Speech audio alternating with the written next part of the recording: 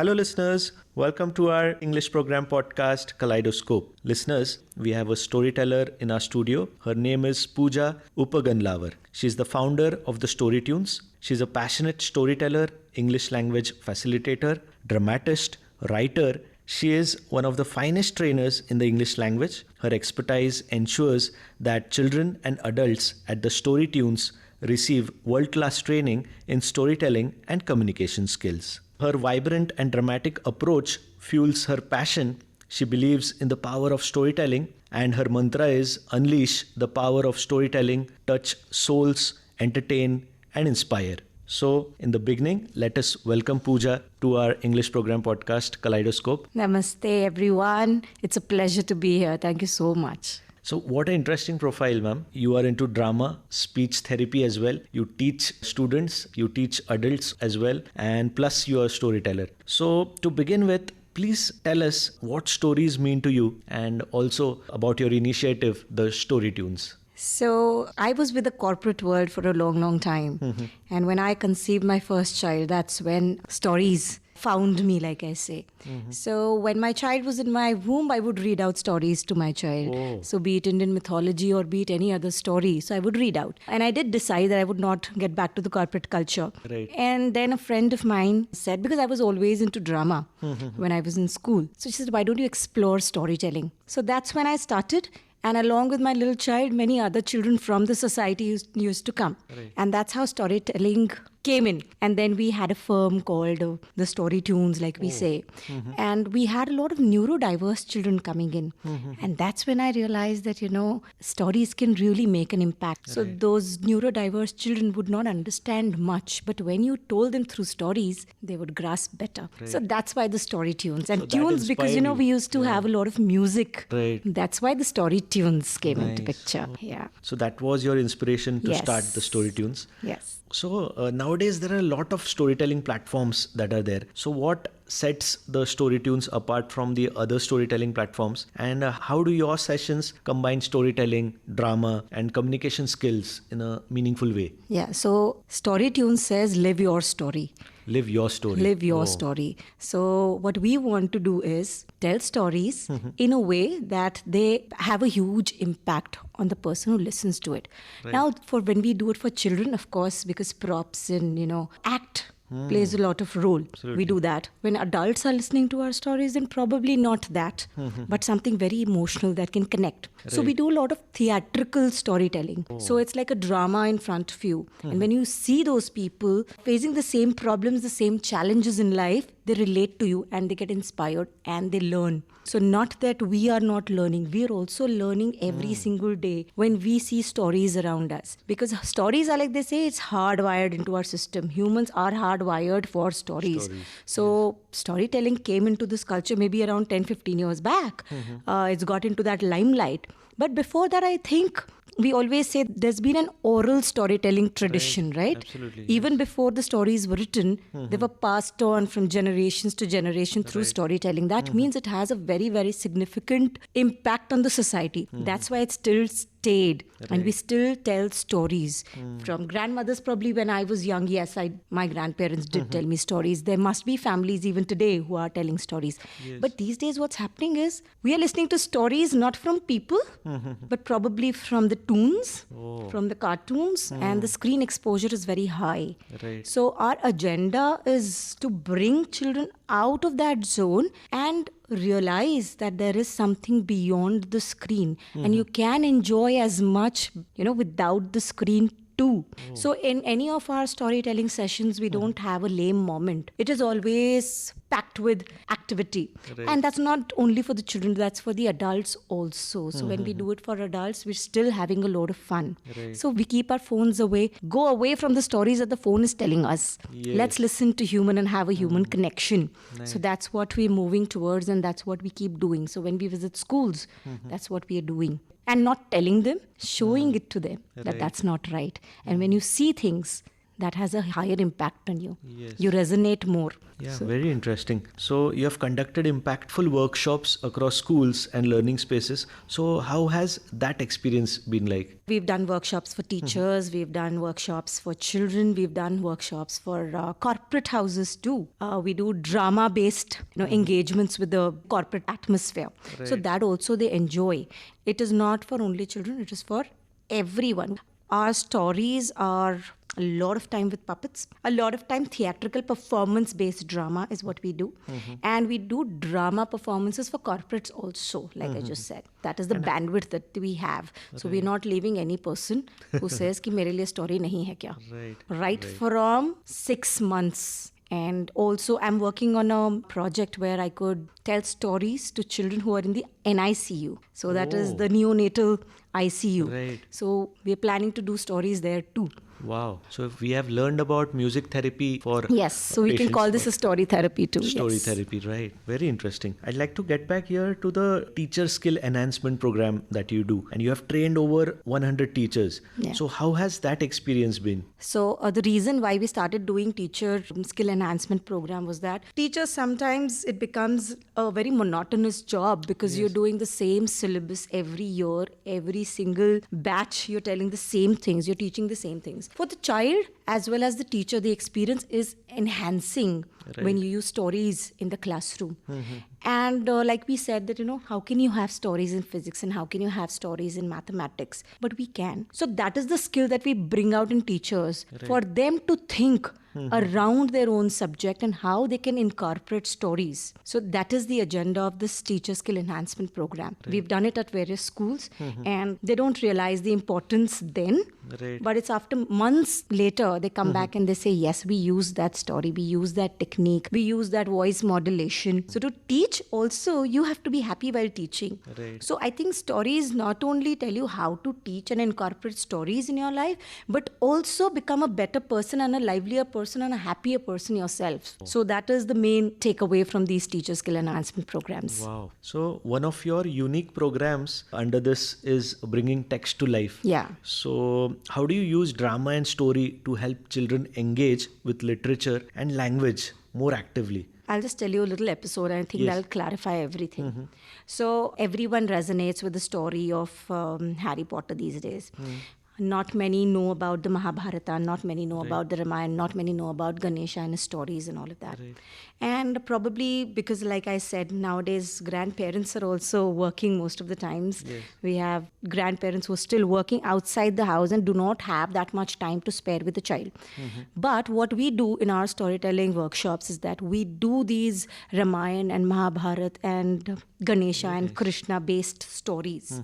And not only Hindu mythology, we do every kind. We can even do, Chinese mythology we've done. Yeah, so we pick up Rick Riordan books and do drama around it. So not only does it tell you about the story, it teaches you a lot of other things. It tells you about how do you build your confidence, what is your poise supposed to be on the stage, what is the voice modulation required, what is upstage, what is backstage, how did Shakespeare come into being and why is he still being celebrated till today?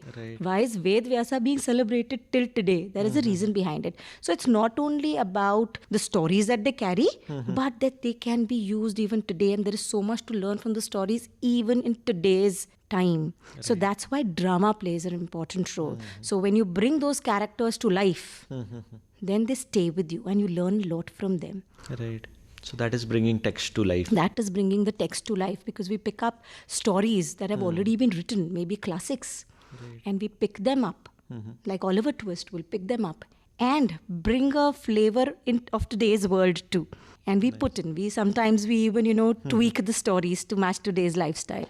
Right. So they learn a lot about writing also. That's why text to life. We bring those characters and those stories to life. Nice. That's right. Very interesting. So you have worked with thousands of children and teachers. Yeah. So can you share a heartwarming or humorous moment from your session that you'll never forget? I think every story performance brings out one or the other key moment, where you feel okay that the story is done great. But there was one story where I was playing the Good Witch. And there's this story Room on the Broom by Julia Donaldson. Yes. So I was doing that.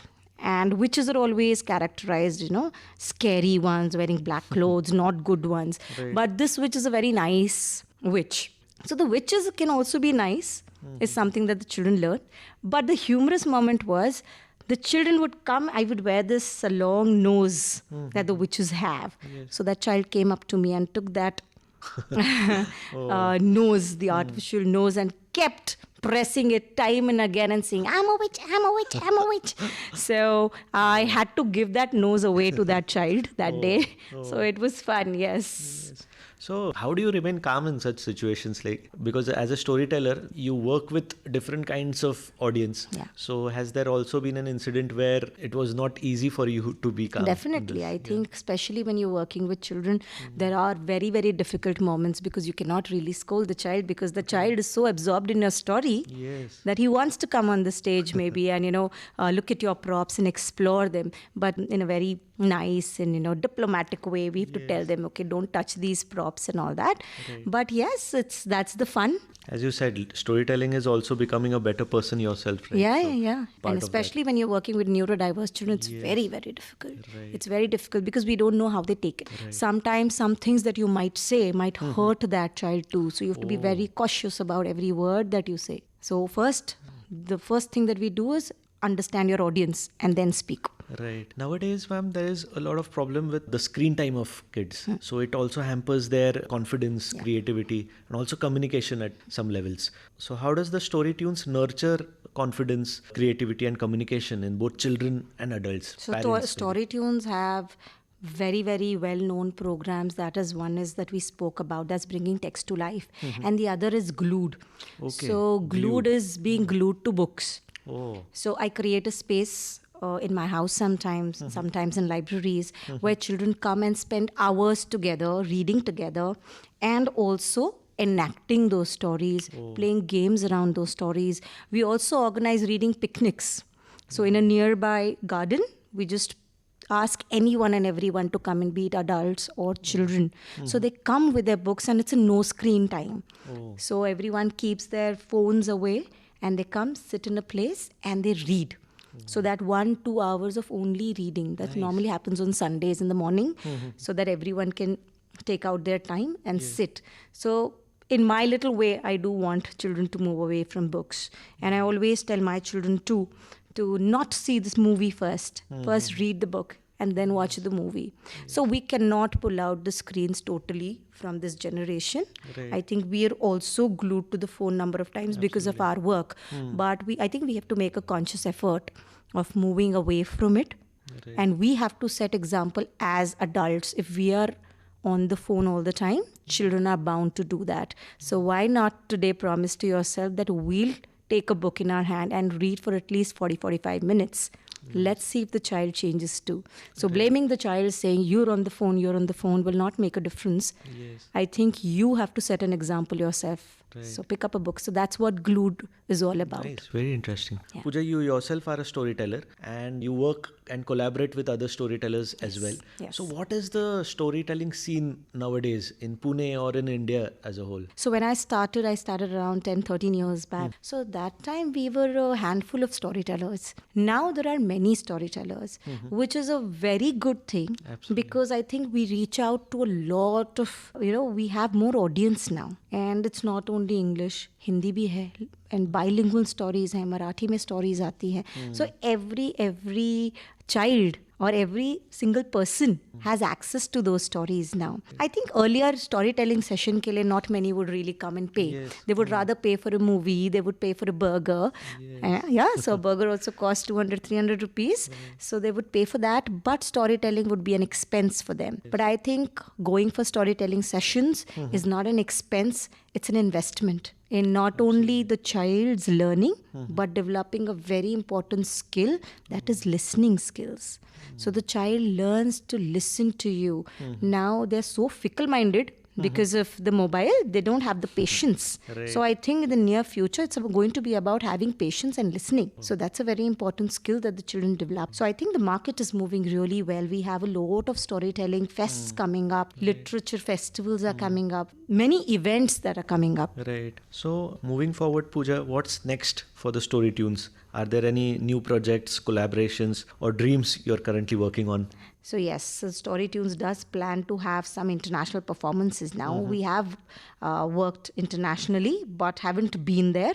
Oh. So yes, during Corona, we had a lot of performances for international clients too. I do teach English, so I anyways connect with a lot of people overseas. But I want to see Storytunes go up there with a banner and bring out some Indian stories for them. Right. Yeah. So I want Indian mythology to take the stage.